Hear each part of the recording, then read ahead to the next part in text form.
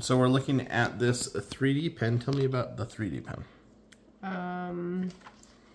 So this one has 3 speeds, and I can get it going, and then I actually stop it right away because it goes pretty fast, so that I can direct it. So I just put some little eyeballs on this little frog.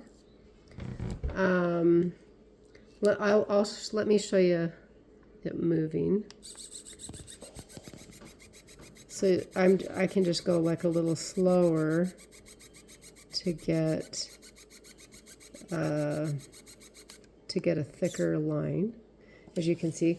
But I've tried different surfaces. We have wax paper, we have a silicone mat, we have paper, and so far it will not stick and hold. Like when I was trying to make a frog on the wax paper, it kept releasing, so I couldn't like create a structure.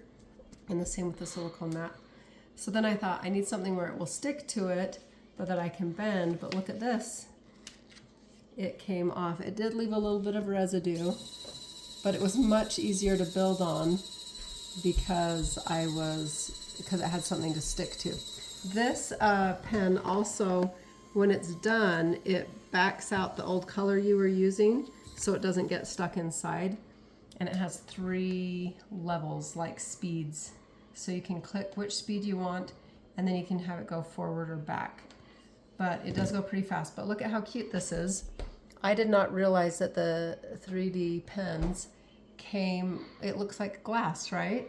So I had just bought the variety pack to go with the pen. So this is what it looks like. And then as you're printing, it actually turns out like glass. Let me show you one that isn't.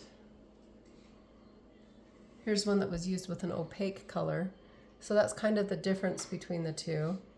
So whatever pack you get, I recommend getting the glass, this glassy kind with it.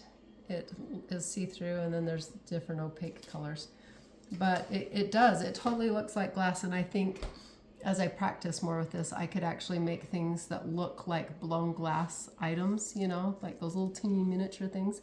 But it's actually out of plastic. So it's very fun. This particular pen has a cord that plugs in, and it works really well. They do warn you. They say it's forbidden to touch the hot end. So don't touch that. I'm guessing, I haven't touched it.